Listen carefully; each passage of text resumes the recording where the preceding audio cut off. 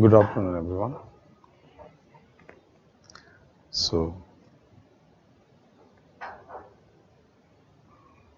any doubts?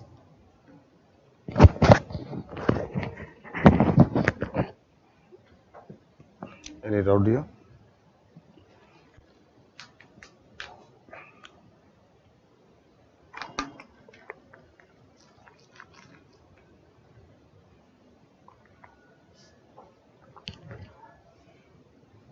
Now, this part I'm going to connect you, and if you know, then we are able to connect here how the monetary system and fiscal system are related. Very simple one. And in what respect or reference we are saying that these two are independent, that we are also able to explain this. So, if you see here from this diagram, not diagram, this board, money we demand, there is a demand for money, but we demand money for three motives. Motives means three main purpose for which we are demanding money. One is known as transactions demand for money, other is known as speculative demand for money, other is known as precautionary demand for money.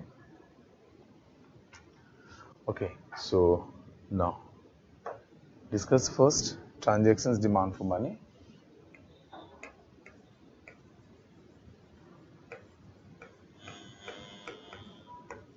Transaction demand for money.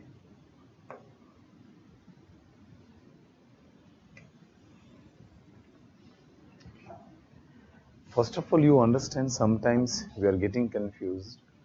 Okay, demand for money means what? Demand for money means amount of money we want to hold in cash form. Amount of money we want to hold in cash form. Okay, that is known as a demand for money. But if you put in bank as a saving or some other assets, so that part will not come as a demand for money. That part will not come. So only when you put when you hold cash, so holding of cash is known as demand for money. That will come under the demand for money. Holding of cash.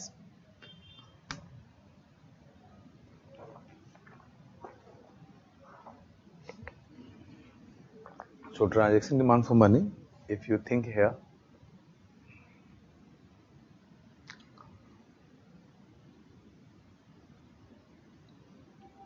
then transaction demand for money means what? So you are saying that yes, we demand money. So why you are demanding money? If you ask yourself, then you can just say that there are three motives only. Or there are three purposes only we demand money. One is a transaction demand for money. So what is the transaction demand for money? So money demanded to meet day-to-day transaction. Please write all of you, few lines.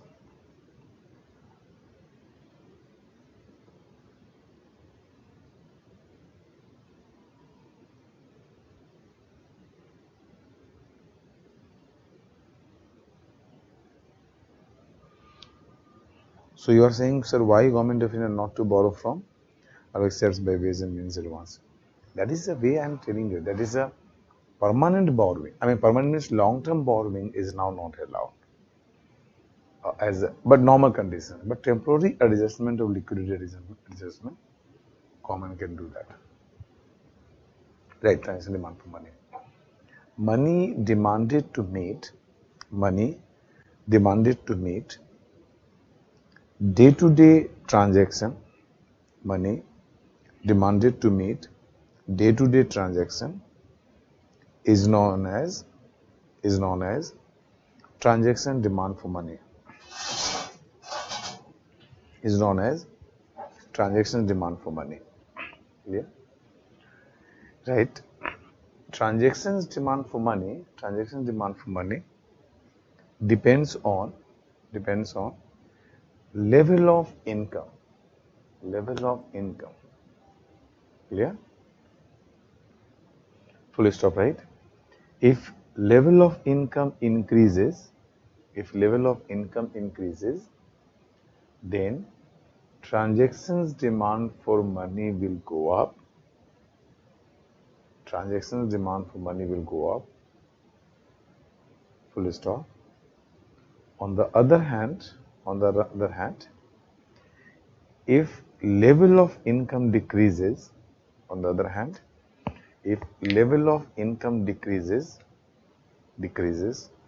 then transactions demand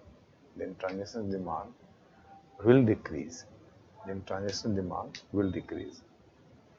Clear? So what you are getting?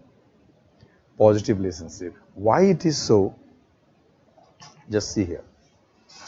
And you have to connect the previous class. So if you say, suppose transaction demand for money, we are represented by L1. Suppose L1 is your transaction demand for money. So if L1 is transaction demand for money, so we can write it is a function of income. Income is capital Y. Already I discussed with you. So Y is your income, L1 is the transaction demand for money. So it says that if there is an increase in income, then your transactions demand for money will increase. And if there is a fall in income, then transactions demand for money will decrease. This thing here. Relationship is like this. Okay, so increase in income is going to increase the transaction demand for money. Decrease in income is going to decrease the transaction demand for money. Simple reason is what? You assume that income is going to decide the consumption. Go back in the earlier class. Income is going to decide the consumption. So when there is an increase in income, consumption is going to increase. Clear? And when your level of consumption is going to increase, so to maintain higher level of consumption, you need more cash to meet your transaction. Let us, online you can say, Paytm you can say, now these are going to decrease the demand of physical money. I am accepting this. But overall, if you talk about, then definitely is going to increase the demand for money. Now it's started using these things. But if you take the normal one, so it is going to work. An increase in consumption, again going to increase in transaction demand for money. If your level of income is going to decrease, then it is going to decrease your consumption, and then your cash demand is going to decrease. Then transaction demand for money is going to decrease. So we are not saying basically this part when you are going to explain. Skip this part silent and you try to relate with the consumption to transaction demand, income to transaction demand for money. Then you are getting the positive relationship. So directly you can say here this, and this is the reason I just connected, and this already you are knowing that yes, consumption is the function of income. So the reason is that why due to increase in your income, consumption, transaction demand for money is going to increase. That you cannot get this. Reason is clear, but directly you can say like this. Clear? So what you are getting? Transaction demand for money, basically it depends on level of income. Clear here? Now, second you can say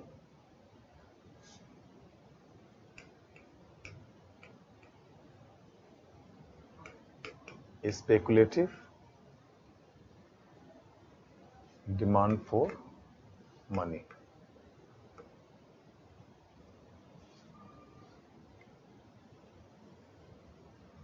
Speculative demand for money, and we write L2. We are writing L2. L2 is speculative demand for money. Clear?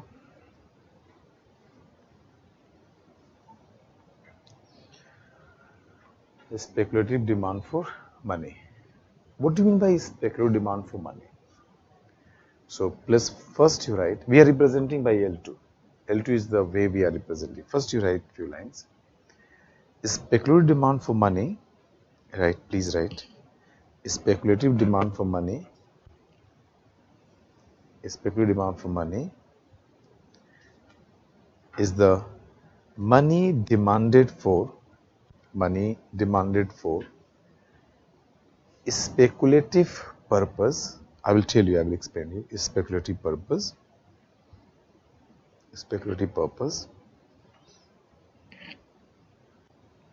Full stop, right? If market rate of interest increases,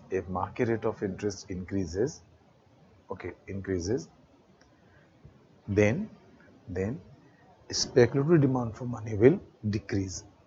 Then speculative demand for money will decrease.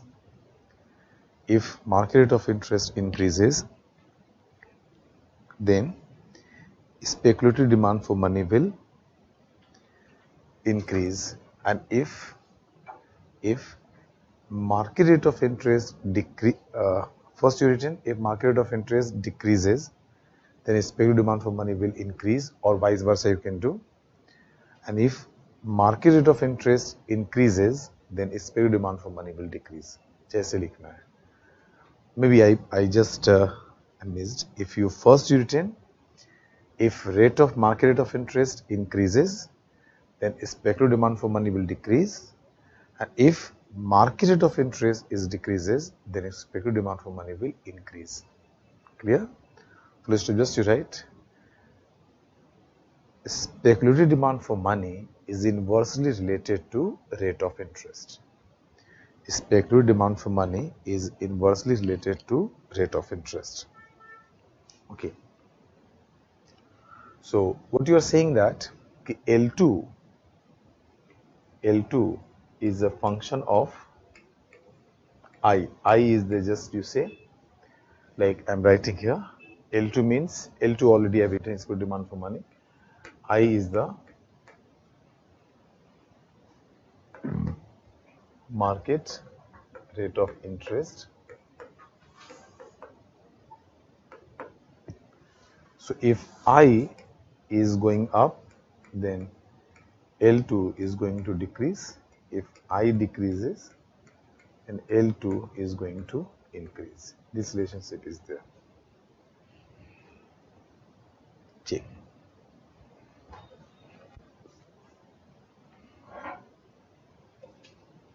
Clear? Now, why this relationship is negative? Why it is inversely related? Yes, to understand it, I am just giving you some example. You try to see that. If you assume W is your wealth amount, W is your wealth,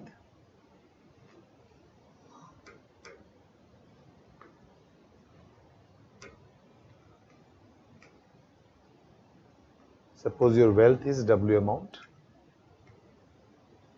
and this amount you can say it is a 50,000. Suppose you have 50,000. So this wealth you can keep it in the form of cash, or you can keep it in the form of bonds. Clear? So let us consider the wealth which is with you. Either you are keeping in cash form or you are keeping in bond form. You are keeping in cash form or you are keeping in bond forms. So just to understand this, if keep your wealth into bond form, there is some positive and a negative. If you hold your wealth in cash form, there is some positive and negative. Okay. Yeah. There is a positive and negative. So let us discuss first cash. What are the positive and what are the negatives? Positive things what? If you put your wealth in cash form, so nominal value of money remains same. Yeah. Getting it? Even you want to write, you write it. If you keep your wealth in money, then nominal value of money will remain same. Nominal money, oblique you can write, the face value remains same. Like suppose you kept 10,000 rupees, it will remain 10,000 rupees even after 10 years. Okay, I'm not talking about the real value, value of the money. It keeps decreasing as per the inflation is going on. But nominal value is remaining same. Number one. Second, you can write the positive things. Your asset is in the most liquid form. Liquid form. What is the meaning liquidity form? So asset is known as more liquid. It means when you want to use your assets, you can use it without killing your time, without wasting your time. You can use it. And money is known as most liquid asset. The simple reason is what? When you want to use your asset, which is in the form of money, when you want the same time, you can use it. But suppose you put in gold or put in the bond, you are losing to some extent the liquidity. Why? Because first you have to search the buyer to whom you have to sell your asset, get the money, and then you can use it. So you are wasting some time. It needs time to use it. So that is the way you are classifying where your asset is most liquid assets or not. So money is considered as most liquid assets, okay, or more liquid assets. So more liquid assets you can say. Money, clear? One is face value remains same, nominal value remains same. Second, it is in most liquid assets or more liquid assets, the cash is. This is the two major advantages, you can say that. Second, the disadvantage side you can see, money will not earn anything for you. If you keep your money 10,000, it remain 10,000, but it is not going to earn for you. Okay. And real value of money keeps decreasing as inflation is going on. Real value of money keeps decreasing as inflation is going on. These are the advantage and disadvantage. Second is the bond, you just think. The advantages are, if you keep your wealth in bonds, then bonds will earn for you. Bond is going to earn for you. So you can earn interest, okay, and you can also, there is a capital gain. So bonds advantage is, there will be capital gain. Capital gain means, suppose you purchase bond at 100 rupees and tomorrow it is going to be 110. So 10 rupees extra you are getting, which is known as a capital gain. There is a capital gain. So bonds will earn for you and there will be expectation of capital gain. Okay. But there is a disadvantage. What are the disadvantages? If you keep your wealth in bonds, then if you keep your money in bonds, then you are losing the liquidity to some extent. You're losing the liquidity. Number one. Second, the one side there is a possibility of capital gain, but other side there is a possibility of capital loss. There may be capital loss. Suppose you purchase the bond at 100 rupees, but you are selling at rupees 90. So here it's a capital loss. You purchased at 100 rupees, but since market price of bond has declined, so you are selling at low price. So you can say, yes, there is a capital loss. So there is both the things is there. Let us consider I is the return. You can say initially you can take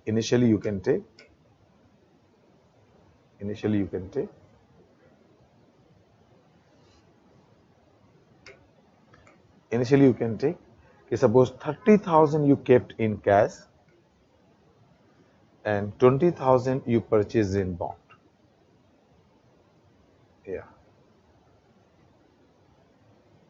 20,000 you kept in bond, you purchased the bond 20,000 worth, and 30,000 it is in your cash form here.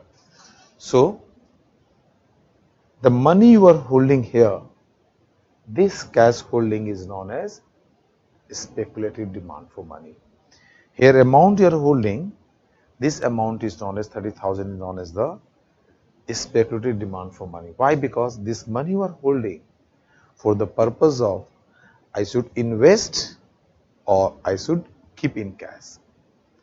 So basically how much money you are holding is totally depending on your speculation. This money you are holding not for meeting day-to-day consumption expenditure, because that is the different amount you kept for that. This amount you keep in hands whether I should buy the bonds or I should keep in cash. Clear? Now think, when you think holding of bond is bringing your expectations, I'm going to get it, I'm getting the high return, then you prefer to hold more bonds, so you will start buying more bonds. So cash holding is going to decrease. But when you're thinking that if I'm holding bonds, it's not good because I'm going to lose, there is a capital loss I'm going to face. So you prefer to sell out your bonds and you prefer to hold in cash. In that case, the cash holding is going to increase. So that is the reason that how much cash you are holding, the cash you are holding here, this cash amount is known as speculative demand for money. And how much you are holding, it's depending on your speculations. Clear? So if you take I as the return, you take the normal. Generally we take the single I for the return also. So if I say the expected, I am telling about the expected return. If I is going up, market rate of interest, you say, market rate of interest is going up. So if rate of interest is increasing, then investors are thinking that there will be expected capital gain, because you're expecting there is a capital gain will be possible when rate of interest started increasing. So investors or individuals think there is a capital gain, expected capital gain. So you prefer to hold from, you are shifting from cash to bond holding. So cash holding will decrease. So what you're getting, increase in I is going to decrease your speculative demand for money. If rate of interest started decreasing, so you think that, individual think that the expected gain from bonds is going to, when decrease means there is going to be capital loss. So that time you prefer to sell out bonds and you prefer to hold more cash. So cash holdings will go up. So when I is going to decrease, your speculative demand for money will go up. That is the reason you have written the inverse relationship. Let's check.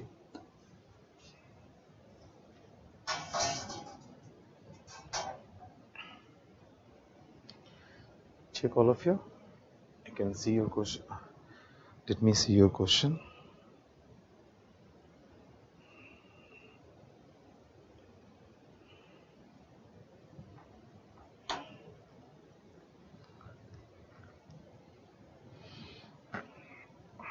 No, NDTL is what? NDTL is the money with the bank, deposit with the bank. So you just deposited in the bank, but that is not demanded in the bank, no? So don't take in that way. Don't take in that way. Here we are talking about the total demand for money from demand side. What are the purpose? What are the motives? In economy, there is a demand for cash. So the overall demand in the cash, you can see banks and other things, they are not demand, they are just mediator, they are the system, banking, it is a system which they are trying to meet the demand for money in the economy. You understand in this way. So here my job is and target is to understand the what are the ways or how or what are the reasons behind the demand for money in the economy,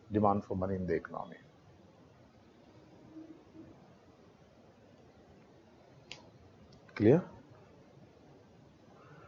Now, so this relationship is clear. First you do one thing, why not you write few lines? because when you will write, you will get it. Otherwise, you will forget. Just write. You written this flow. I mean, just make this. You write everything in your answer sheet, your exercise book. First you write, then I will dictate you.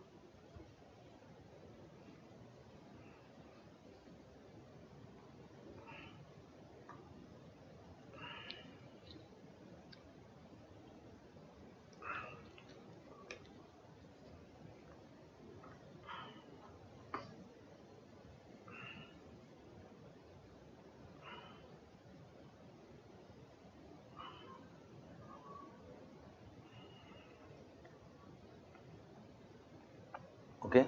Now, please write. Please write. Right. If rate of interest increases, you are talking about this. If rate of interest increases, and you also see this diagram. If rate of interest increases, then individual expects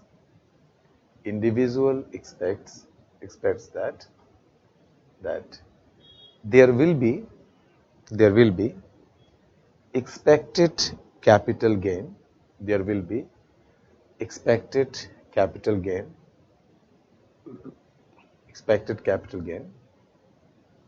And they prefer more bonds, holding of more bonds. They prefer holding of more bonds and less cash. More bonds and less cash. And as a result, the cash holding will decrease. As a result, cash holding will decrease. That is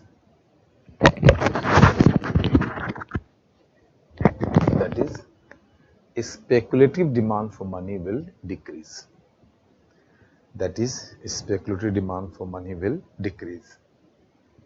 Okay, full stop. Right.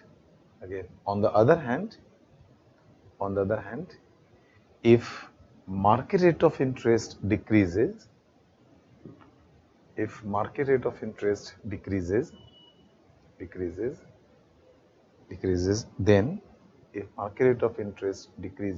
then individuals expect that there will be capital loss.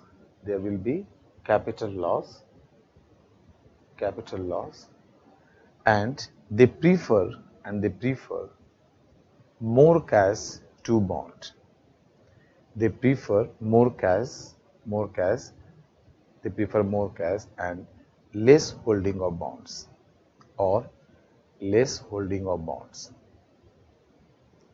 and as a result,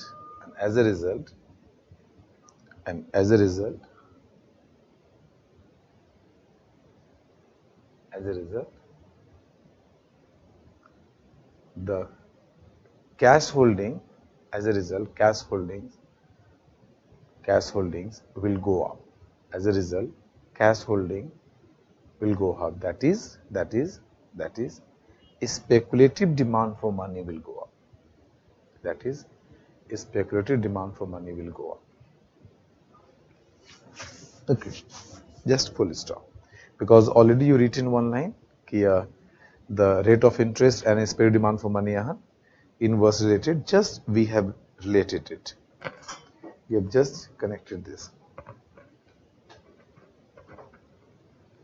Okay, so till here is clear to all?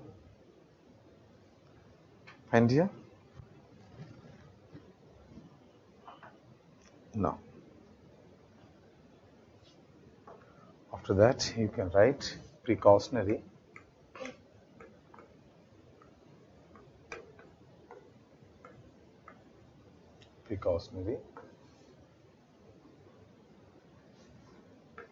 demand for money. You can name it L3. These are the just abbreviation you are using it. L1 like the transaction demand for money. L2 like speculative demand for money. L3 is like your precaution demand for money. So precaution demand for money is again depending on level of income. It is a function of income. Just to write precaution demand for money first. Money, money, money demanded to meet, money demanded to meet unexpected, unseen,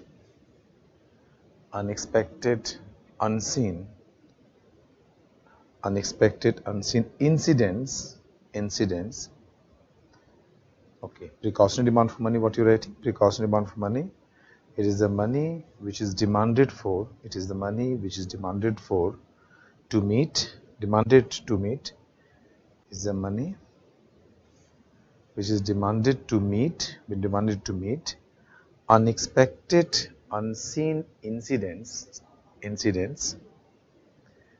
comma, is known as precautionary demand for money. You write one more line. This money is demanded to take precaution. This money is demanded to take precaution against unexpected incidents.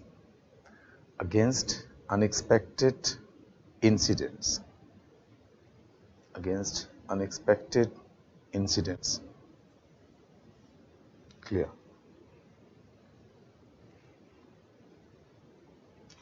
You're right. Precautionary demand for money depends on level of income. Precautionary demand for money depends on level of income, and it is directly related. It is directly related.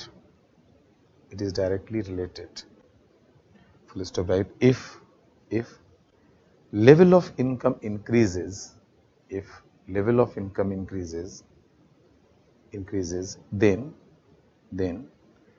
precautionary demand for money will go up.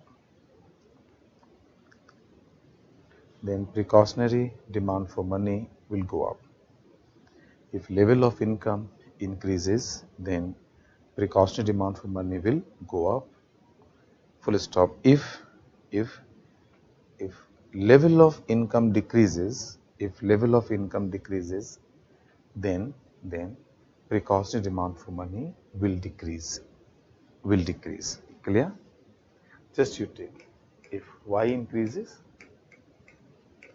then L3 is going to increase, and if Y decreases, then L3 is going to decrease. Simple in one line. So what you're getting from here? Yes. Now, how can you relate with this? Suppose a normal family,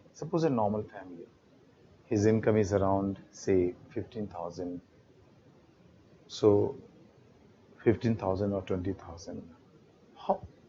What you're expecting? How much money they can keep to take precaution? You take normal house, take our house. So generally we always keep some emergency money, which is not the part of transaction demand for money. Emergency money always will keep at home. Who knows about what is going to happen at the home? So that time you will use that particular money. So that money is basically known as precautionary demand for money. So if suppose a family having income is around, say, 15 to 20,000 rupees per month, how much money you're expecting? They keep it as a reserve. Hardly they will think something will happen like cold, fever, so I will go in this doctor. So 500, 1,000, 2,000, that much is the maximum they will be expecting. Maximum maybe like 4,000, 5,000. So that much they can reserve, keep it. But suppose if a family income is around, say, 5 lakhs, 10 lakhs. So what do you think? They are going to hold the 2,000? No. They will always expect something bigger. And for that, always they will keep the maintain the higher amount of money. So even precautionary demand for money is depending on level of income. Clear? So if you just see and observe your home, then you are getting one thing. At our home, we can observe all the things. Suppose, take the traditional family. Suppose there is no bank, you are getting in cash form. Suppose you are getting income in the cash form. Let us consider no banking system and other. You are getting in the cash form. So moment you are getting in the cash form, so suppose Papa is getting some income. So one amount of money he always give to mom. He will take this money, okay, and manage the home.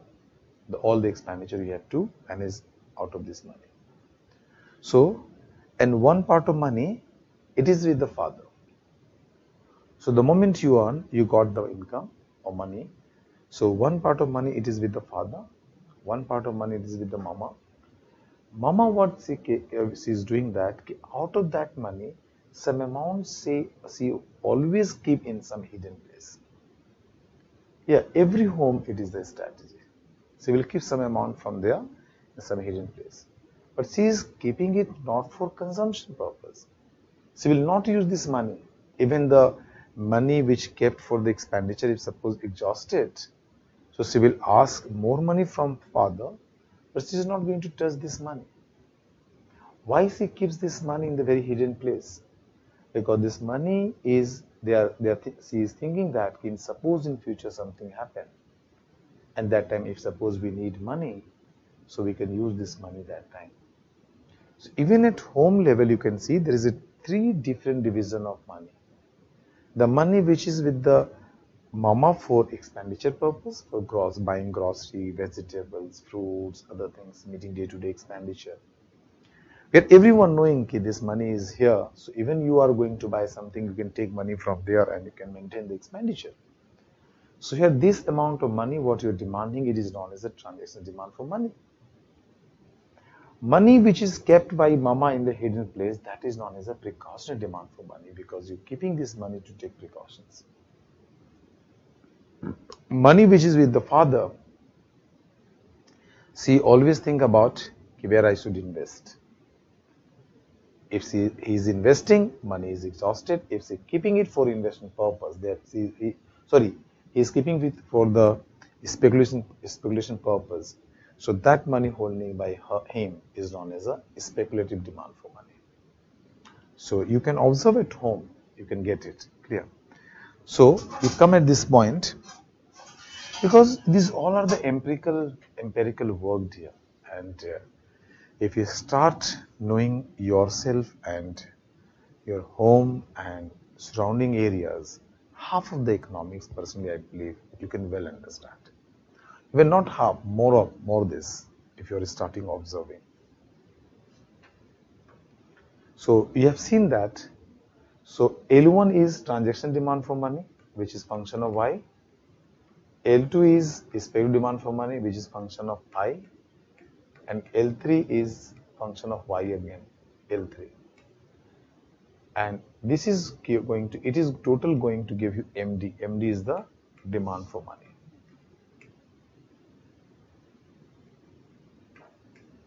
Demand for money. Okay. So what we are doing that, since for analysis purpose, why it's necessary? Because in the PT several times they asked. Yeah. So if you go solve last 10 years PT, you can get somewhere. They're asking it. So only one thing remember, what we are doing in the class, it is very important for PT plus mains. Our approach is more towards the mains, but these are also including the PT questions. So you understand the 3 motives. So when they're asking the motives of why we demand money, so all the 3 we can say. But in the practical, what we are doing that, since transaction demand for money and precaution demand for money, these 2 are depending on the same factor, that is income.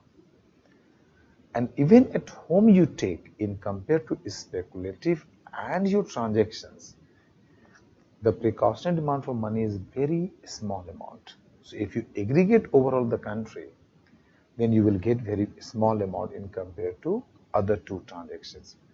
So when we are writing in a functional form, so when we are writing MD is the function of depending on Y and I. That way we are writing. So in the practical analysis, we are writing only two, this and this. This part we are assuming it is a part of transaction demand for money. That we are assuming that. But when the question comes in PT paper, then you have to say all the three. And they asked expect demand for money depending on what? So you are knowing it is a rate of interest, right? Then choose the right answer. Transaction demand for money depending on what? They can give you factors. Yes, level of income. What are the form of demand for money? Why we demand we demanding the demand. Why we demand money? So you can choose all the three. Okay. So they will manipulate you. They will give you similar words like this, but you choose and go for the three purposes. So in the practical, you can write demand for money depending on Y plus I, and we can write plus sign below than this and minus sign here. What is the meaning of that? So it says that if Y and demand for money are positively related. So positively, if there is increase in Y, increase in demand for money, decrease in Y, decrease in demand for money.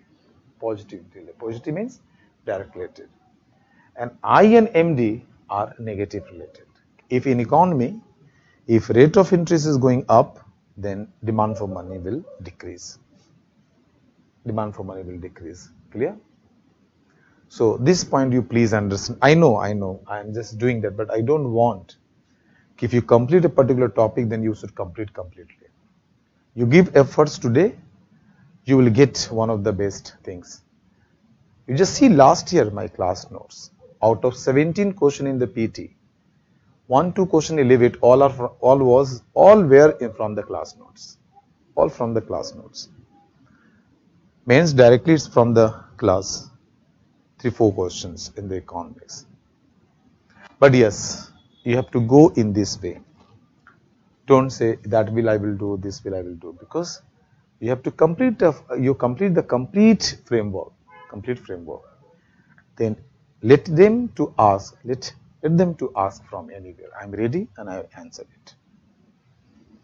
Clear? So we can say that demand for money depending on income and rate of interest. Demand for money depending on the income and rate of interest. So income is the positive and I is the negative. So if it means if income is going up, demand for money will increase. If income is decreasing, MD will decrease. That is a positive relationship. Negative means if I is going to increase, MD will decrease. Inverse relationship. And that already you have discussed. Clear? Now, I am moving from here. Till here, any doubts here?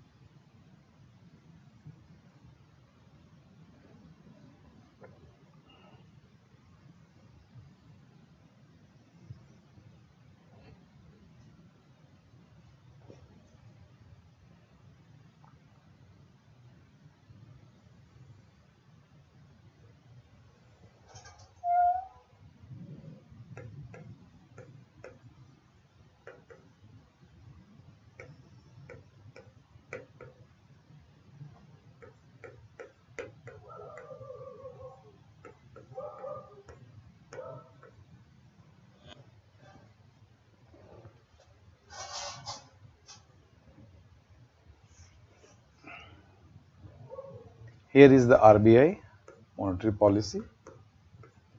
Here is the Government of India fiscal policy. Clear? Now, first I am trying to explain you how the monetary system and fiscal systems are correlated. And one thing you are going to get it, if yes, if there is no coordination between monetary authority and fiscal authority, then it is very difficult to get the outcome. That is the result we are talking about. Very difficult to get. Every year you can see the government budget and the government policy. And government always saying that this year my target to achieve 7%, 6.5%, 8%. It means till this year, what is the level of output? Next year you want to increase the output or domestic product. You want to increase. So let us consider today output is Y and you want to achieve output Y1. You want to achieve Y1 level of output. Clear? This is your target. That is and remember I discussed with you the fiscal policy target is or main priority is to achieve higher economic growth and development. So you targeted, yes, I have to increase the level of output. And increase the level of output means increase in employment. And if growth is there, then development is there. Not necessary, but yes, we are assuming it is there. So suppose to increase output, you implemented fiscal policy. Suppose. So you started increasing G, this is the only one we are, and or you started decreasing T. That is expansionary fiscal policy. And your act is going to increase aggregate demand in the country. And increase in aggregate demand started increasing the output. That this relationship we established with you. Now, why started moving towards this? Clear?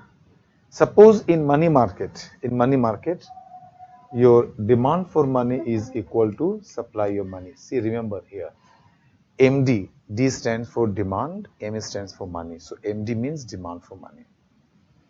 MS means supply of money. Clear? So initially you are assuming that demand for money is equal to supply of money, means money market is at equilibrium. Now check here. Due to expansionary fiscal policy or due to the fiscal policy, the income in the economy, output or income in the economy started increasing. So moment the income increase, what you learn it right now, your demand for money will increase in the economy. Demand for money will increase in the economy. Because just you have learned it, yes, demand for money and income are positively related. But demand for money and rate of interest are inversely related. So demand for money will increase.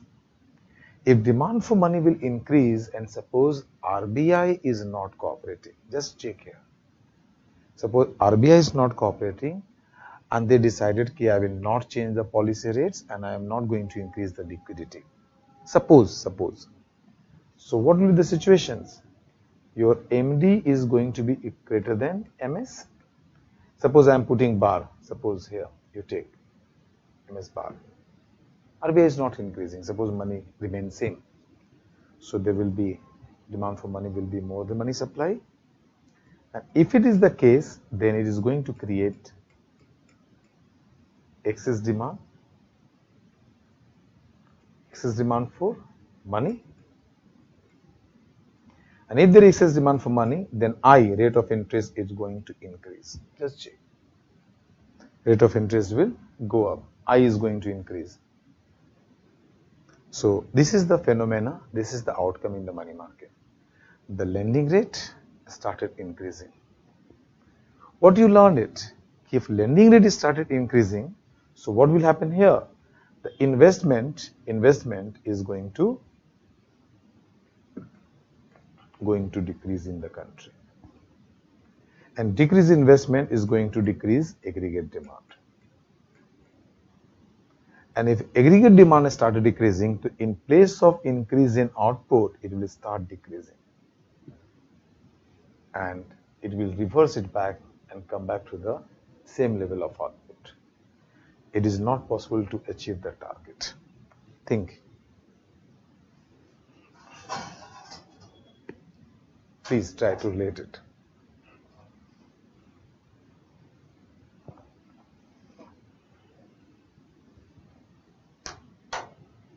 Please try to relate this diagram.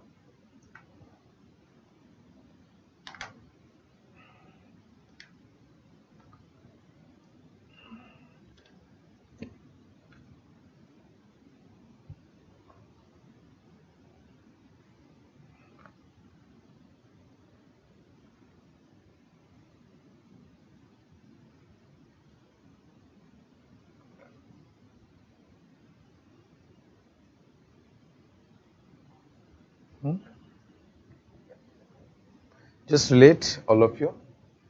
You are able to relate. I will just discuss UAs and means advances. Just give me time. Just focus here and understand this.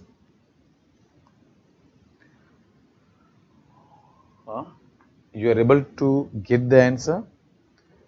Okay, how does overall fiscal system and monetary systems are related?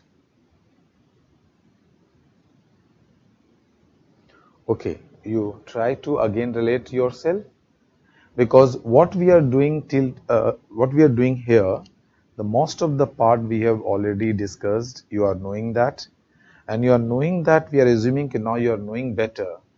That is the reason I am trying to explain all the things. Okay, and that much trust I have. Yes, you can tackle everything. Okay, because the concept relating to economy you must develop how these are working. Then only better way you can write your answer in effective way, and very coordinated way you can write your answer, and that's we need it. Clear? So one of you asking, sir, please repeat the monetary policy part. I will repeat it to you both again, but I'm giving you 1 minute. You first try to understand what we did it here. Okay.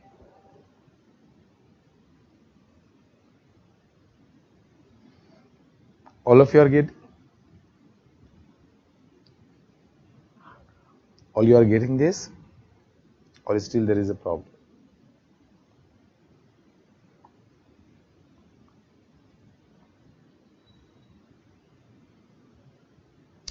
Tell me, dear, all your this concept is clear, or any problem?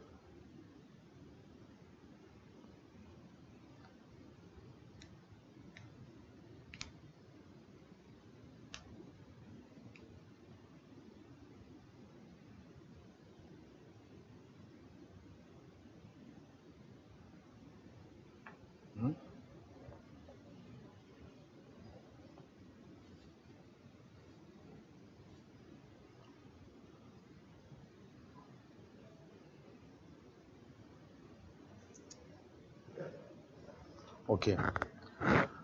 So only one question I got it. Okay, monetary policy part. I'm just revising. I'm repeating this whole. You understand? You please try to get it once more. Simply, I'm saying that if you take the practical in economy, when government present the budget, always government is going to say you that, okay, I'm going to implement these policies and target for 22, 23, 24 fiscal, because 23 started. So 23, 24, the growth rate we are expecting is say 7% or 7.4% or 7.5%, like this. So means if today output is here, you want to increase and reach the output level Y1. So how can you increase the output? So definitely you have to take actions and you have to implement the fiscal policy. So suppose you change your government expenditure, means different types of policies, programs you implemented. Also you change the taxes, you're giving incentives, other things. Ultimately what's happened, that economy started increasing, the pickup started in the economy. Aggregate demand in the economy started increasing, maybe due to the consumption, maybe due to the investments. Ultimately your income started in the country. So the economy started moving towards this level of output. They started moving.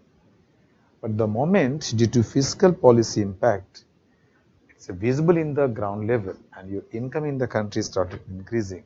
So other things, what is that? Like the way income started increasing. So increase in income in the overall country started affecting you the money market. How it's going to affect? Because just we learn it, demand for money depending on level of income. So suppose initially your money market is at equilibrium, initial equilibrium, and your income has increased in the economy, just we have seen, so demand for money has increased in the money market. So here monetary authority, suppose not cooperating with you. So the overall stock of money supply in the country remains same. Due to increase in MD, so MD is now more than the supply of money. And this situation is created is the excess demand for money. And if there is excess demand for money, there is an excess demand for money, that leads to increasing lending rate. If lending rate in the economy has increased, then its impact is going to give you on the investment. Investment started decreasing, aggregate demand started decreasing. So when it started increasing, but again overall, after it's going to decrease. Okay, and it decreases in aggregate demand, started decreasing the output. So it's not possible to achieve the target. That is the reason I'm trying to say you. Okay, there must be coordinations. There must be coordination between the fiscal authority and monetary authority. How? Because here you have seen the condition. If monetary authority is not cooperating you, then for fiscal authority, it is not possible to achieve the target. If monetary authority is not cooperating with you, then it is not possible to achieve the target. Fine? That you have to understand. Take one example. When demand for money increased, if suppose RBI is saying no, since demand for money has increased, so if the RBI is increase the money supply, so this condition is not going to prevail. If RBI coordinated, RBI increase the money supply, then excess demand will not be there, and lending rate is not going to increase. Then what will happen? Your investment aggregate demand keeps increasing, and you are able to achieve the Y1 level of output. If RBI coordinated you and just RBI taken action as per the requirement of the economy, if in economy requirement is to increase the money supply and RBI coordinated in that manner, so these things, so if they supply the money accordingly, so no excess demand, means no increase in lending rate, and finally you are able to achieve the targets. So that's, we are concluding that, dear, the higher economic growth rate or higher economic growth and development is only possible if your fiscal authority and monetary authority working together, and there must be coordination between monetary and fiscal authority, otherwise it's not possible. Clear? Just check all of you.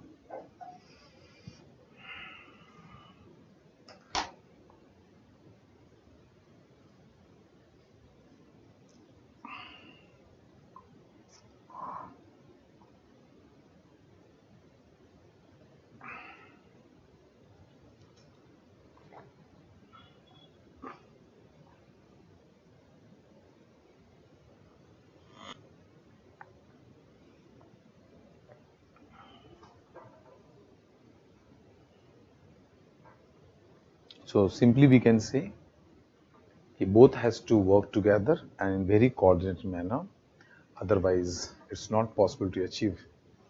And this point you can say that in monetary policy, if suppose 3 persons are from the government side and 3% from the RBI side, so it's good for the economy because there must be coordinations and overall analysis you can make, and then you can take the decision for that. Clear? Now, check here. So here we are saying yes, both has to work this coordinate manner. Now,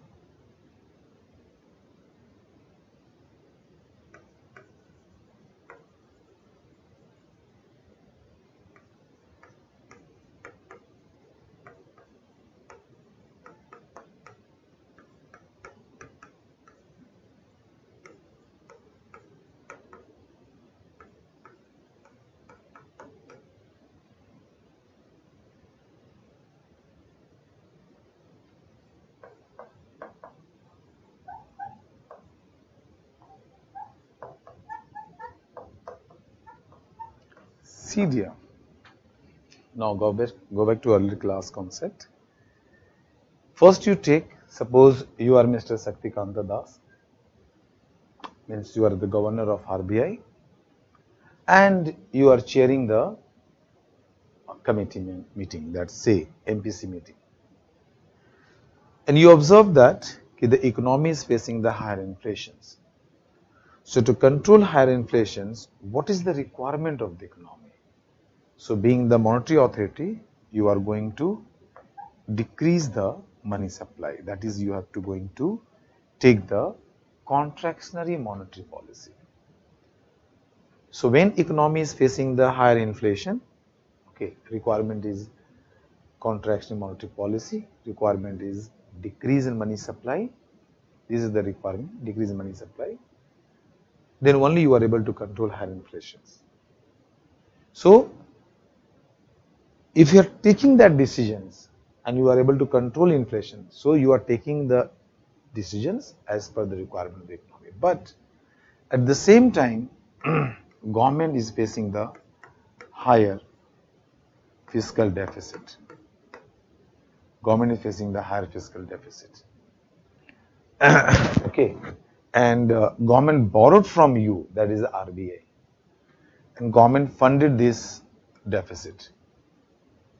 The moment government funded this deficit, so basically in economy money supply is going to increase, and that can destabilize the economy. So here RBI is not independent, monetary policy is not independent. Why? Because you're taking decisions on the basis of fiscal policy outcome. Government is in deficit, to fund the deficit, you fund it and money supply has increased, and which adversely affect the economy. So FRBM Act basically closed this window. Long term, no. Short term, yes, you can manage. No. So it means if it is a stop, then RBI can take decision as per the requirement of the economy, and government will take as per the requirement of the economy. So now these two are independent, but this is the independence sense. Independent does not mean okay, they will not work in the coordinate manner. No, they will coordinate, but as per the requirement of the economy, not the personal requirement. I mean, not the individual's requirement of the economy. That's we want to say. And that line meaning is this.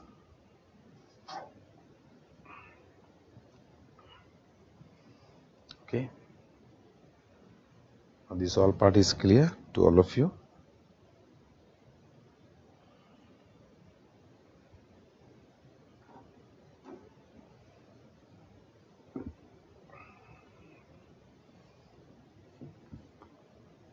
Checked here.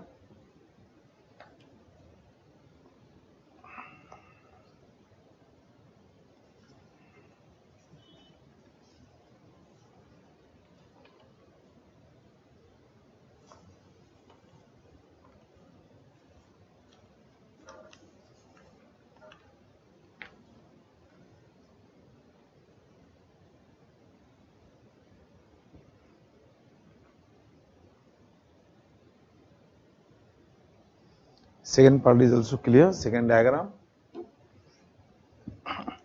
Make it because all the things, everything you are knowing, because already I discussed and dictated you. Here just you are coordinating, you are relating that. Okay? So you can write few lines in your own words. But what can be the reason not to cooperate the fiscal authority? No, I'm not saying that. I'm not saying that. These two different examples I'm giving you. Okay, I'm giving you, and just I'm trying to say you only one thing. He both has to work together and in a very coordinated manner. Due to any reasons, if coordination is not there, then achieving the higher economic growth objective, it is not possible. Clear? And both has to work, both has to take decisions as per the requirement of the economy. As per the requirement of the economy.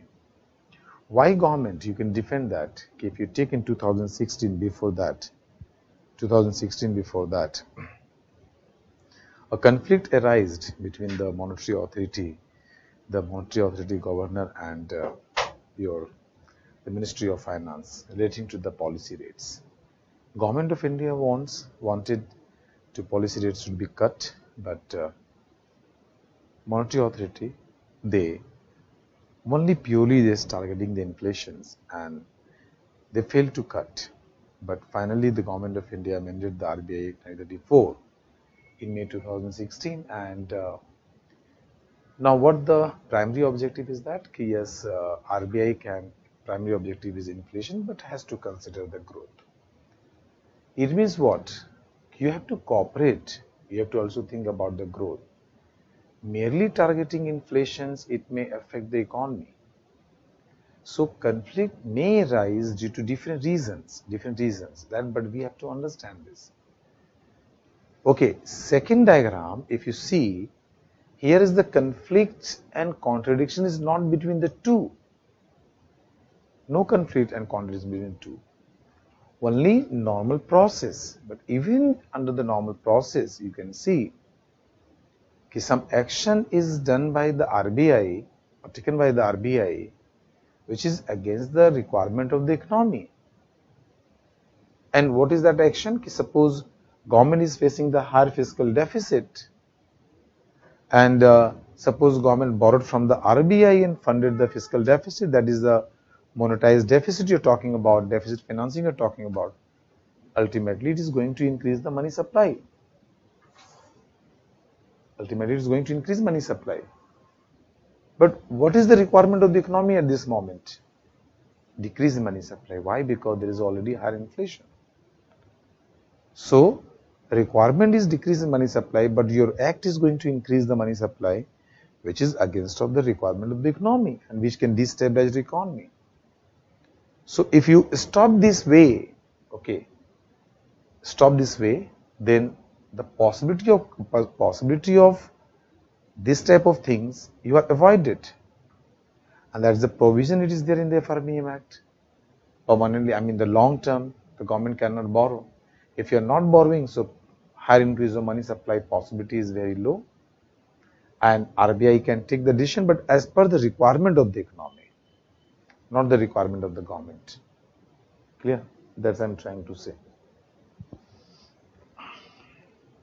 Okay, second part is also clear. Suhasri, your question is, sir, in recent days in newspaper editorial, first of all, thank you to say you people are reading the newspaper editorial, and please read the economy part. Every day you read at least one article related to economy. Not every day, at least the alternative 2 to 3 articles in a week. Recent days in newspaper editorials, there is a cry about slowing down of output and aggregate demand. You are right. As a way to tackle it, infusion of cash capital is done in parsley manner. Fine. Sir, will it be sufficient to avert the recession, or it has to happen as a cyclical effect of economy? See dear, one things you understand here, because in unemployment already I discussed about the business cycle, and it is there, but you understand that you have to go in very coordinate manner, very coordinate manner.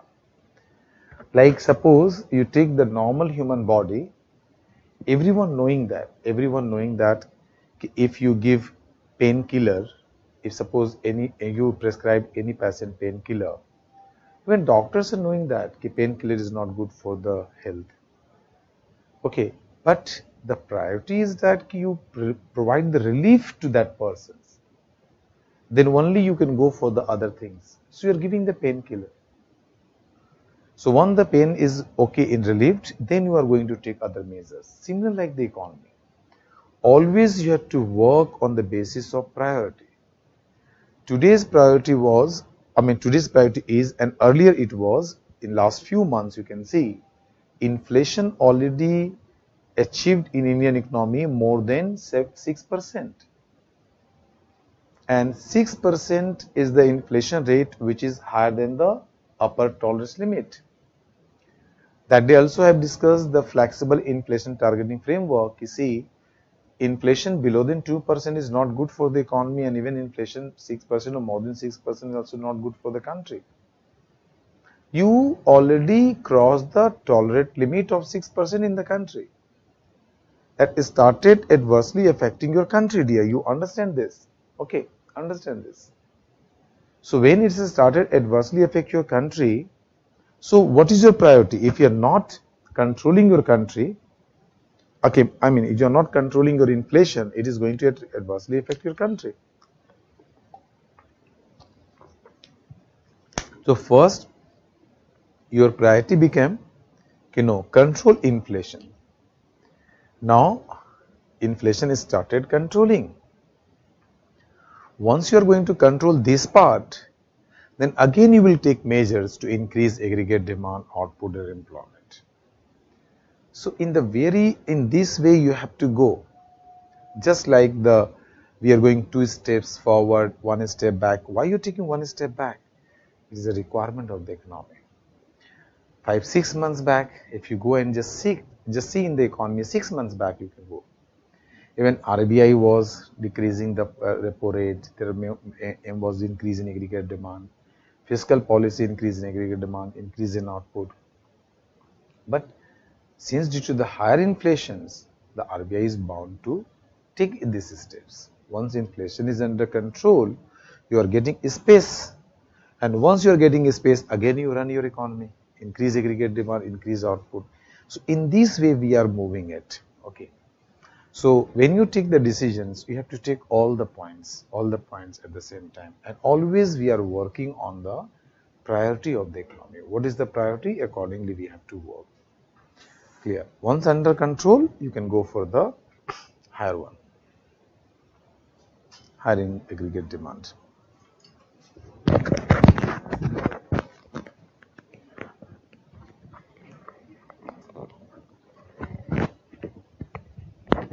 Clear? Now, dear. So the FRBM related everything we have discussed. Only one thing is left, implementation part. Okay. So I'm just writing implementation.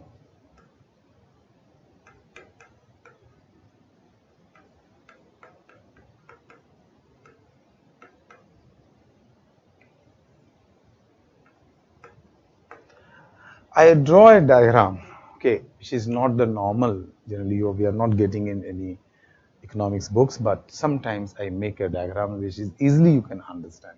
Please try to understand this.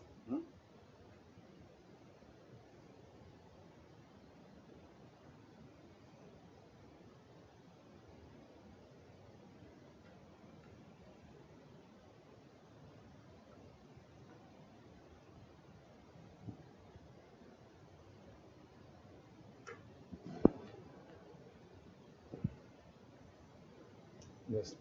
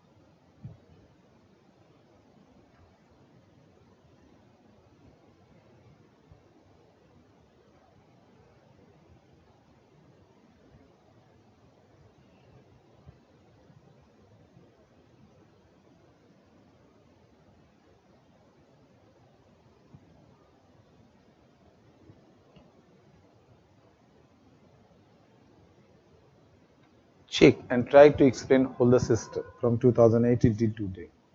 This diagram is explaining everything.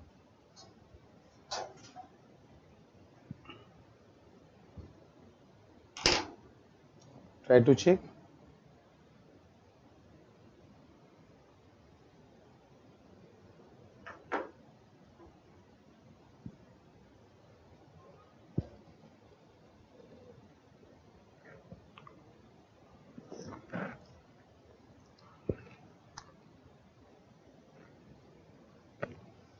No, there is an option now. You can go for the market and you can go for the RBI.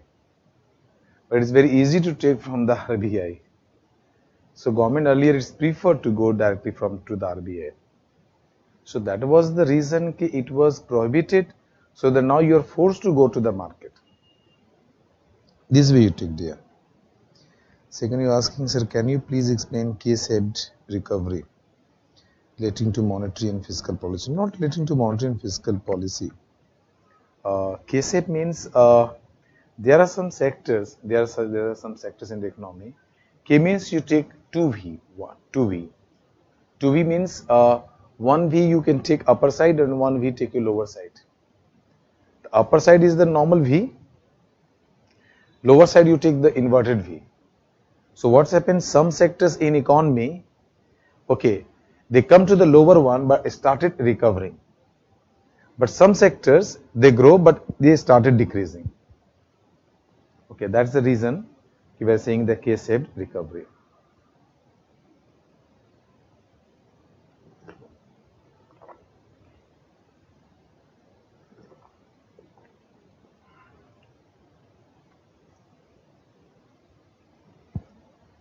Okay, just anyone tell me this diagram? What it's showing this diagram? Then I can get this key. Yes, you are getting all my class. And what I discussed, you are able to relate.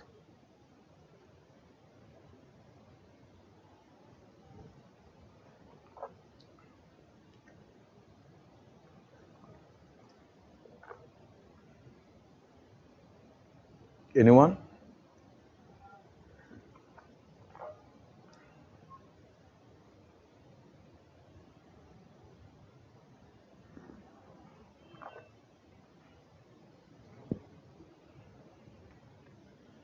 See there. K-shaped means what? If you take this point, okay, so some sector started recovering, but some sectors is not recovering. So both is happening in the economy. So we can say it's a K-shaped. Tell me anyone.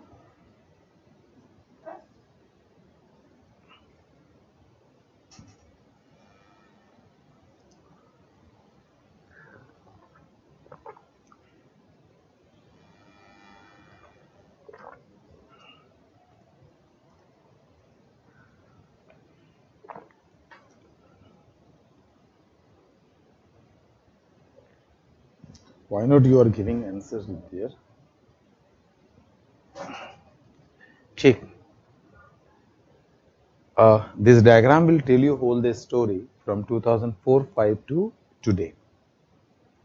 As I discussed with you, this FRBM Act, which is the binding constraint for the government, it is the act that government has to follow, maybe present government or maybe coming future government. So in 2004 and 5, when fiscal deficit was there, suppose this gap represents the fiscal deficit. Okay, so due to this fiscal deficit, during that time, FRBM Act was implemented. When FRBM Act was implemented, then fiscal deficit started decreasing. Fine. So when the gap started decreasing, central government was about to achieve the target. But in 2008, the global financial crisis happened. So global financial happened when its global financial crisis happened. Its impact was visible in all the world, all the country of the world, including India. So the priority of the government has changed. Remember, When government wants to consolidate their policy, fiscal policy, then government has to do one thing. Government has to rationalize the expenditure, means decrease in expenditure and increase the receipts, taxes. When you can do that? When economy is already in the boom period. Aggregate demand is higher, income is higher, employment keeps increasing. So that time if government is rationalizing the expenditure, then aggregate demand from government side to some extent is going to decrease, but overall demand from private sector is increasing more. So overall aggregate demand keeps increasing. And if production is increasing, the people are able to pay the taxes also. Okay. And you can cut down, it's fine. So you are increasing the taxes, rationalizing the G, it's possible when economy is the normal is going. So you've done it, you implemented this policy and you're able to achieve this target also. But in 2000, overall the recession effect was there to some extent, but it was. So government priority had changed because the overall aggregate demand started decreasing. So now this time aggregate demand has started decreasing from the private side, private consumers, private investors, the export. So how can you recover the economy? If you leave the economy at their own, so aggregate demand can go to the any level below than this. And there will be recessionary effect and maybe economy can go to the depression one. So your priority has totally changed. Your priority has changed. So you started increasing the G because you have to recover the economy from recessionary effect. And you have to cut down the taxes so that the consumers as well as investors, they will get incentive to go for the more consumption and go for more investment. So that aggregate demand, which started decreasing due to recessionary effect, that may go up. So your priority had changed. So government started increasing the G and cut down the taxes. You go in 2008, government cut down the excise duty. Okay. So when government started increasing G and cut down the taxes, so what happened? Gap started increasing. See, from here gap started increasing. Okay. And today you can see, still we are not able to achieve the FRBM Act is 3% of GDP. Okay. Now, what's about this diagram, this part? So this part I'm just saying that suppose suppose no FRBM Act, it was not implemented. Suppose then if fiscal deficit earlier it was higher, and from there you started recovering your economy or implementing the policy, fiscal deficit must be much more, and that can destabilize your country. Your means I'm part of that. So fiscal deficit is much larger. There is a possibility the economy can destabilize. So at least we can give thanks to the FRBM Act, the right time implemented, and we are able to decrease. So this area created enough fiscal space, and this fiscal space given us. This act given a special enough fiscal space. We are able to recover our economy. Otherwise, it was not possible. Clear? Right, all of you. The implementation of FRBM Act. The implementation of FRBM Act improved the fiscal performance of both center and states. Fiscal performance of both center and states. No, don't write state, just write improve the fiscal performance of center. Fiscal performance of center. Only write the center, because for state you have to write FRL, fiscal responsibility legislation. Just write the implementation of FRBM Act improved the fiscal performance of center. Fiscal performance of center. Clear? Right. Government of India was on the path of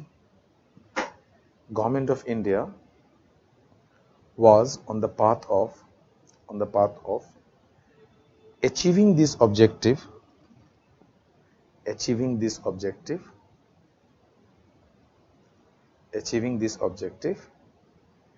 right in time, full stop. But due to the global financial crisis,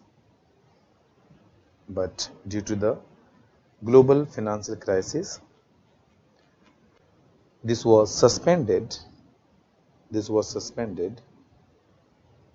and the fiscal consolidation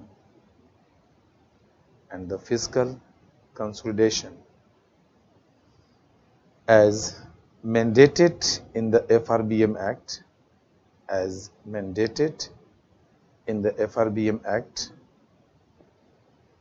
was put on hold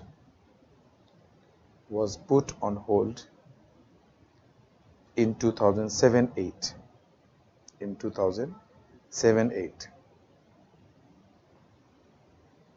Okay, full stop, right?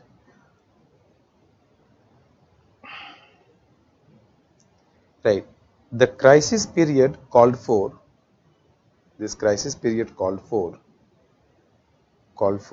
increase in expenditure. This crisis period called for increase in expenditure of the government, and cut in taxes by the government, to increase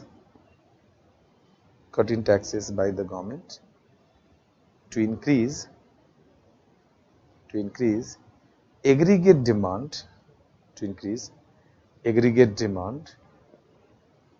for goods and services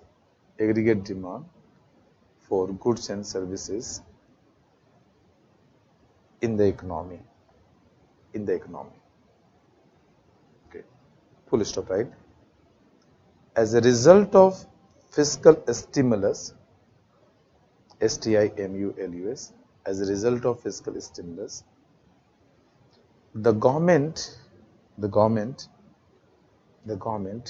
fiscal stimulus means government increasing G and decreasing taxes, means you can say fiscal package. Okay, the government has moved away from the path of fiscal consolidation, from the path of fiscal consolidation. Clear? Full stop, right? Strict implementation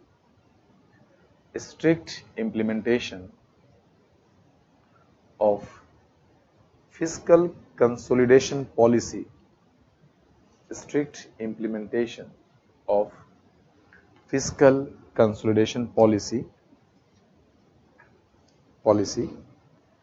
during the pre-crisis. Before 2008 is known as a pre-crisis. The strict implementation of fiscal consolidation policy during pre-crisis period created enough fiscal space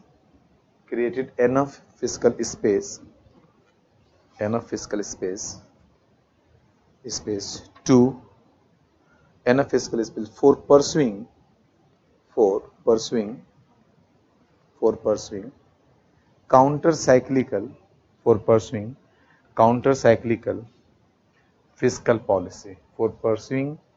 counter-cyclical fiscal policy. See, what is the meaning of counter-cyclical fiscal policy? Just think. Remember, I discussed with you trade cycle. If suppose it is a boom period, it is say your recession period, and it is your depression period.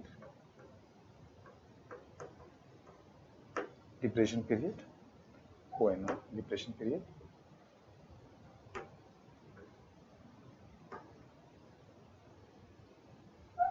depression period. So economy can move like this, move like this. Already I discussed in the business cycle of trade cycle. So suppose your economy is in the boom period, economy is in the boom period, and they started going towards downward trend, downward trend. Suppose it started going. So if economy started going downward trend, if you leave it, it's going to enter to the recessions, and again it's going to enter the depression. But again it will start recovering, but when, it's very difficult to say. Maybe 5 years, it may be 10 years, it may be 20 years, who knows about it. So how can you bring back economy at the higher economic growth, means upward going economic growth rate? How can you bring back? So here you can use fiscal policy or monetary policy. There is the role of policy to bring back economy at the higher economic growth.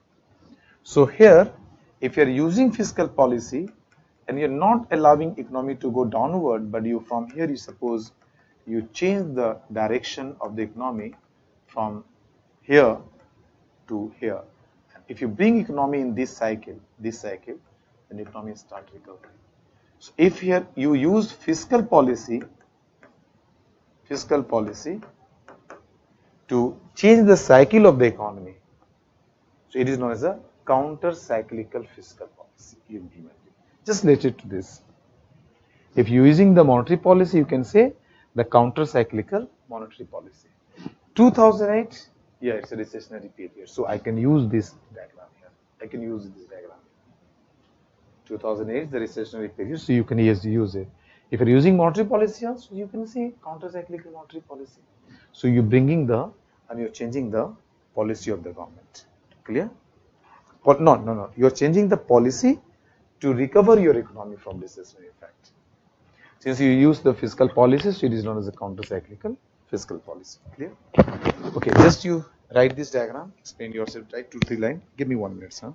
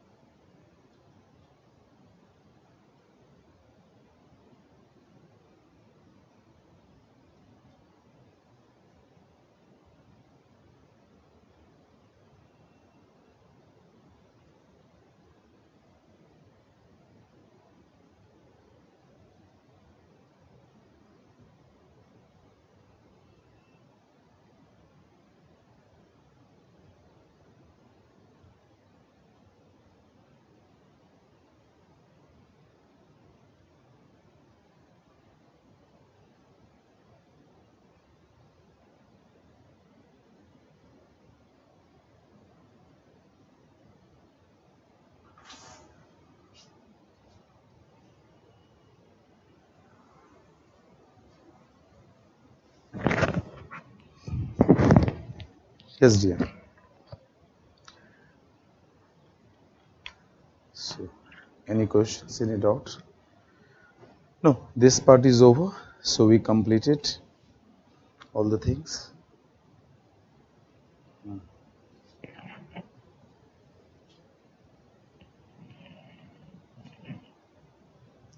Yes, good. Now I discuss these things. Your one question?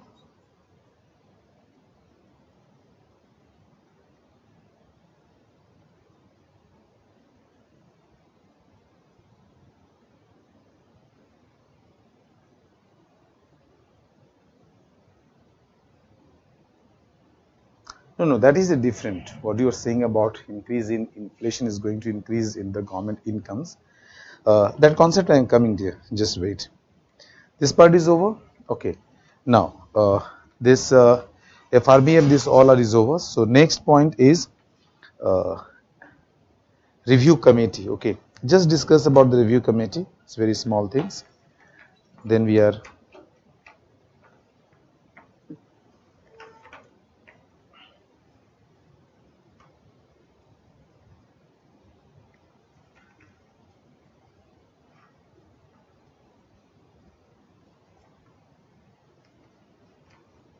Okay. FRBM. Now come to the FRBM review committee.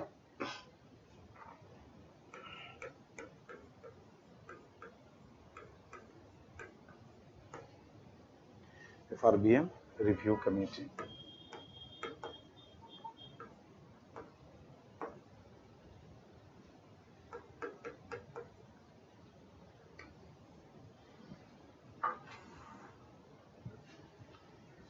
FRBM review committee. It was constituted basically under Sri N.K. Singh.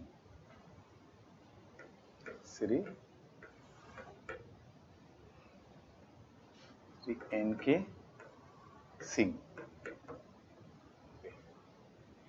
This N.K. Singh is the same person who is our chairman of 15 Finance Commission.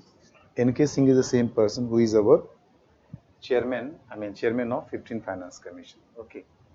So under this committee was constituted because debate is there. Why only 3% is the target? Okay. It should be the flexible, and also since it's enacted in passed in the Parliament 2003, so we need some review of that. So committee was constituted. Okay. Dear, you asked about the inflation and government income. Now I will discuss some like the fiscal neutrality, fiscal drag. So that time I will discuss. Okay, I will give you your answer, I promise. Okay, just let me complete, then I am coming to this topic if time permits. Okay, otherwise tomorrow you send me the, if suppose I am not able to give you answer today, you send me tomorrow, I will give you answer. Tomorrow anyhow I have to discuss that topic. Okay, so NKC committee, yes, it's recommended some changes and government accepted this, most of this. Please write. And some of the recommendations, what recommended by the FRBM review committee, due to the pandemic, its impact, it is not possible. Okay, and due to the change in this one, okay, it's very higher. Before that, why not you write this? I think the new data you can just check. I will just write first these things you write because updates this. Okay, I have the data of this current data, and this you update on 1st Feb. If I'm taking a class after 1st Feb, then all the data, maximum information I will give you from this survey. Economic budget and this one. I will try to manage this class. Okay, or especially I'm going to take class, but meanwhile you take this information to all of you. Okay, like yeah, 2021, 2021.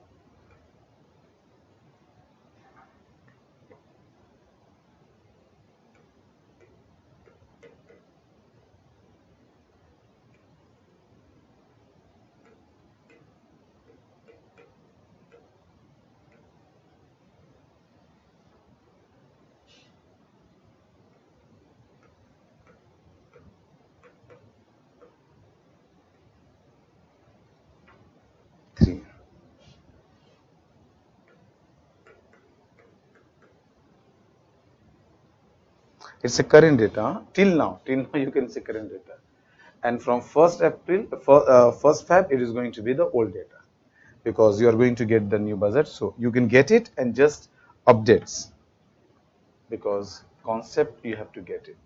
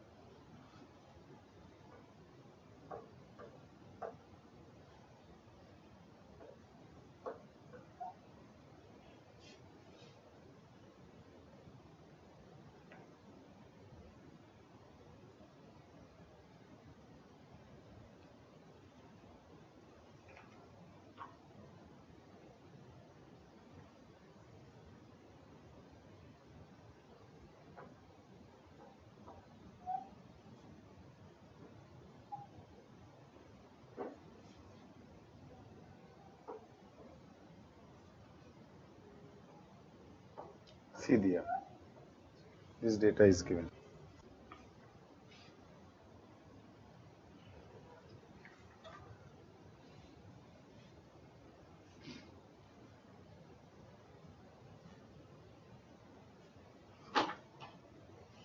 Okay. Right first.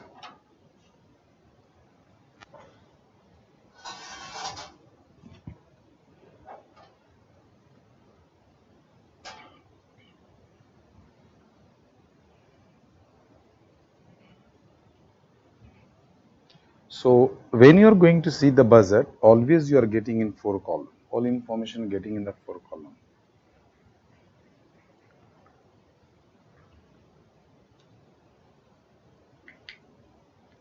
So 2021 one column. This information is provided during the budget 1st Feb 2022. Okay. So 22 means that fiscal year was 21-22. So 21-22 we are getting two value. One which was budget estimates and which one second one is revised estimates. 22-23 you are getting budget estimates and 2021 actuals. Just you first write this, then I will discuss. Once you get, then you can easily understand yes. And I'm just going through the way the what as per the documents which is there with the in the budget, the data and tables, the same format I'm discussing you. Why? Because when you go and read yourself, you can well understand.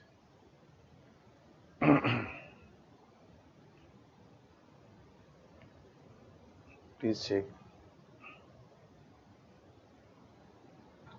Any questions you sent?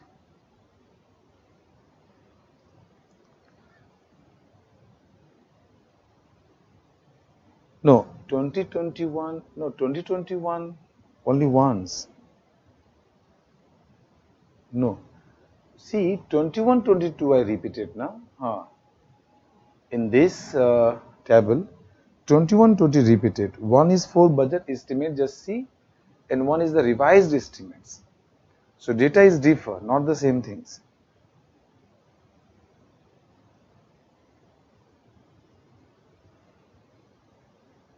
Now even in the board, just you check, 2021 is the only one column, but 21, 22, 21, 20, 21, 22 is twice column. But one is the budget estimates, one is the revised estimates. Is it clear or not? You are confused.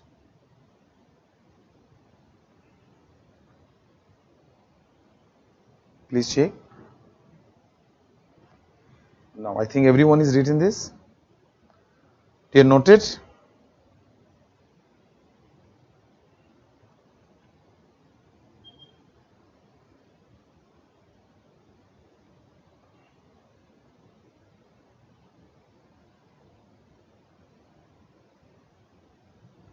Noted, dear?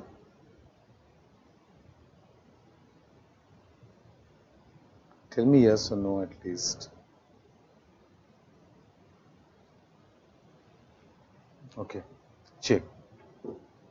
Meanwhile, just you please respond. It's good. I can get yes, you are getting this, because it's very difficult to keep speaking. Okay, and you can see me, but I can't see you. That is the only one difference.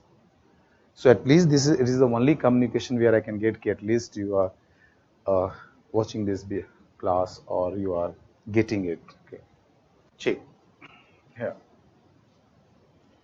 So remember, this budget was, you understand first, this budget was, forget about this first fab which is coming. This budget was presented on 1st Feb 2022. It means on the 1st Feb 2022, the fiscal year 21-22 was in operation. Fine. Okay. So in the previous year means 1st Feb 2021. 1st Feb 2021. You presented the budget 21-22. 1st Feb 2021, last to last year, you presented the budget for 21-22 on 1st Feb. So that day, you informed to the parliament that this will be my fiscal deficit, this will be my revenue deficit, this will be my ERD, this will be my PD, you inform. So these all fiscal measures, fiscal parameters or fiscal indicators, value, you inform to the parliament this target, which is not target, you inform to the parliament, but that was the part of the budget estimates. The day you are presenting the budget, not a single money you spent, not a single money you received. So it is known as the budget estimate. The estimates, it was there in the budget and that you presented in the parliament on 1st Feb 2021. And 21-22 budget started, that fiscal started from 1st April 2021. So the day you presented that time, this was the target you have seen. That is the budget estimates. Okay, 6.8 will be your fiscal. I'm starting from here. Just go one by one step by one.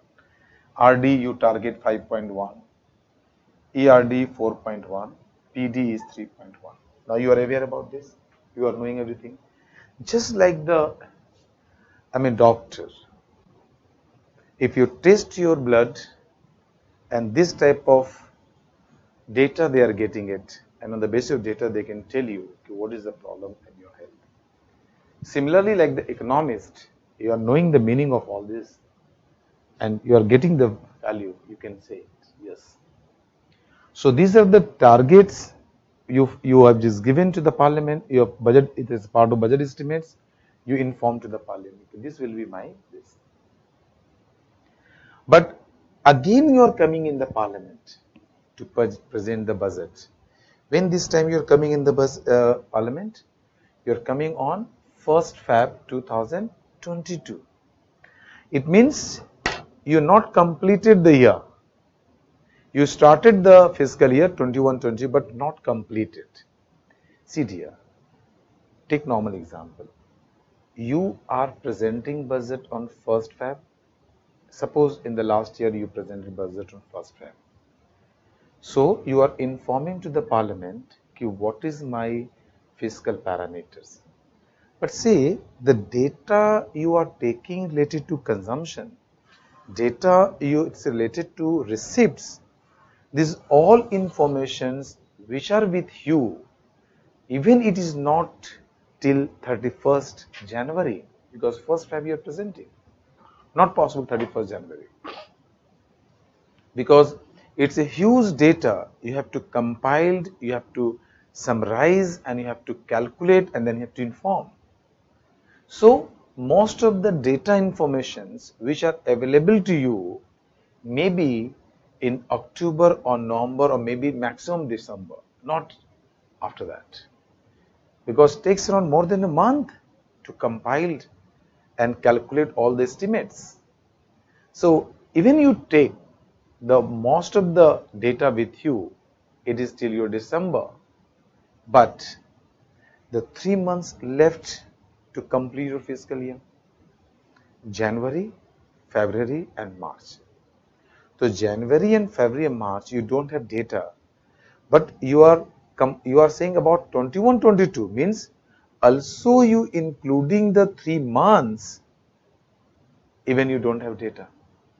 So what is your trend till now of this 9 months? On the basis that you are estimating next 3 months.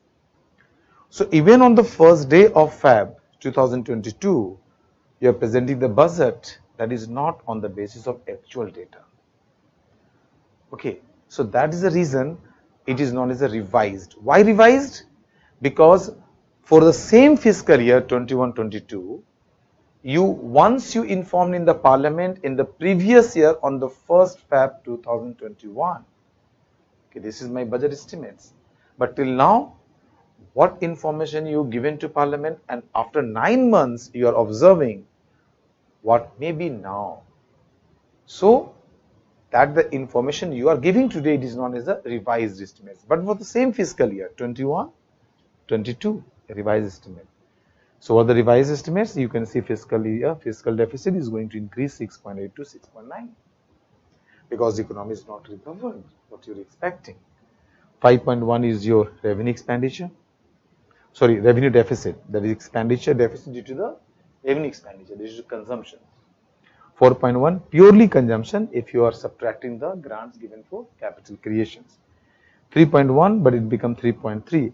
This much is 3.3 means 3.3% of GDP. This much amount is deficit due to the current fiscal policy. Rest amount is due to the past burdens.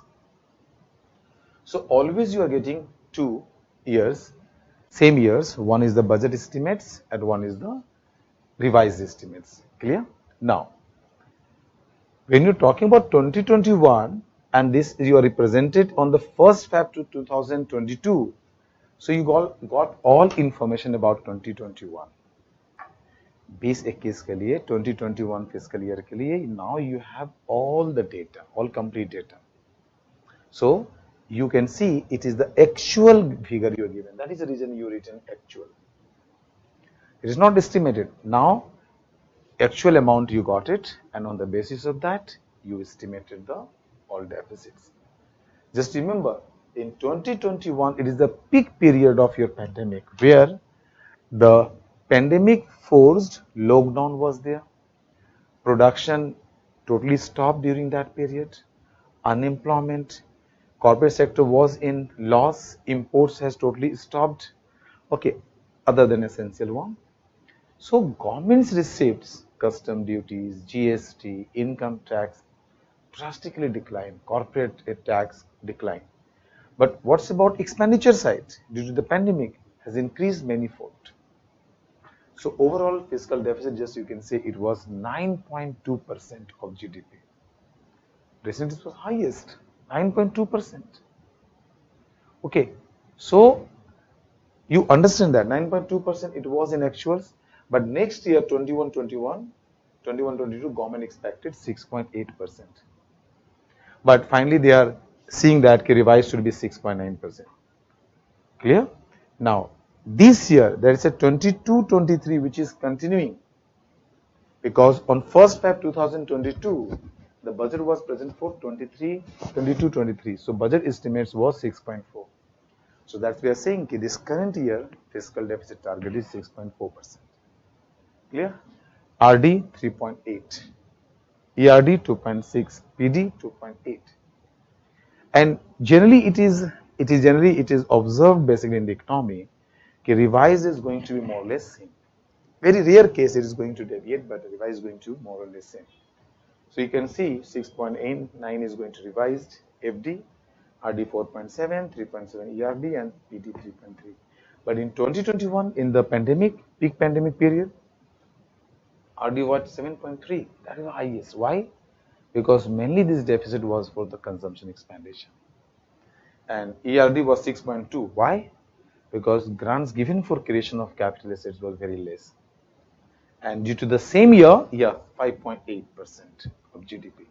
Why? Because that was the current year was the main responsible of 9.2% of fiscal deficit. So if you know and understanding it's clear, I promise you can better explain about your economy, just knowing the value. That's the reason I'm telling you. Take your time, because it is the time to learn. Okay, learn it now, because if you're learning, getting, then only you are able to connect and you are able to explain it.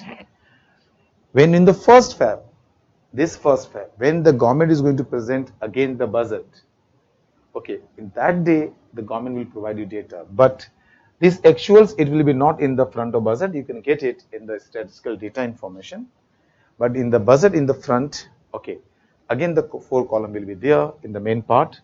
So this revised 21-22 is going to be here actual, because till 1st Feb 2023 you are getting all the data. So it is going to be actual. This 22-23 budget estimates will come here, 22-23. And what the government is going to give you revised one, that information is coming here for same year 22-23. And 23-24 budget estimates will be here. In this way government present their budget here. Okay. So I just discussed the way it's there in the government documents. So why I'm discussing it, I can give you only one information. This year is this year is this, but I want you people go and see the government documents and learn yourself, and it is very necessary to learn it. Okay, because if you're learning, because always you are not coming in the class now, so you get and learn in a such a way that in future you don't need any help from anyone and you can just go through your own. That is the target basically. That's the target of my class. So go in that way, yes. And that is the reason always I am saying interact, get it. Clear, dear? So any doubts, any questions, if you want to send me.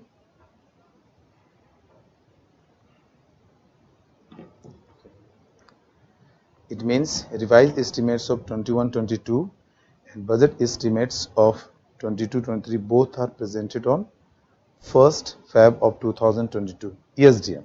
Yes. Like in this first Feb, you can get the revised of 22-23 that government is going to present, and budget estimates of 23-24. So this is going to be 2 column. One, budget estimates is going to be here and revised is coming here, and 21-22 is going to be actual here, and here you can get 23-24 budget estimates next year. Sir, when revised budget is presented in parliament, same day, all information the government is going to give you in the same day. Okay. Chalo. Thank you everyone. Thank you. We'll meet tomorrow. Okay. Thank you.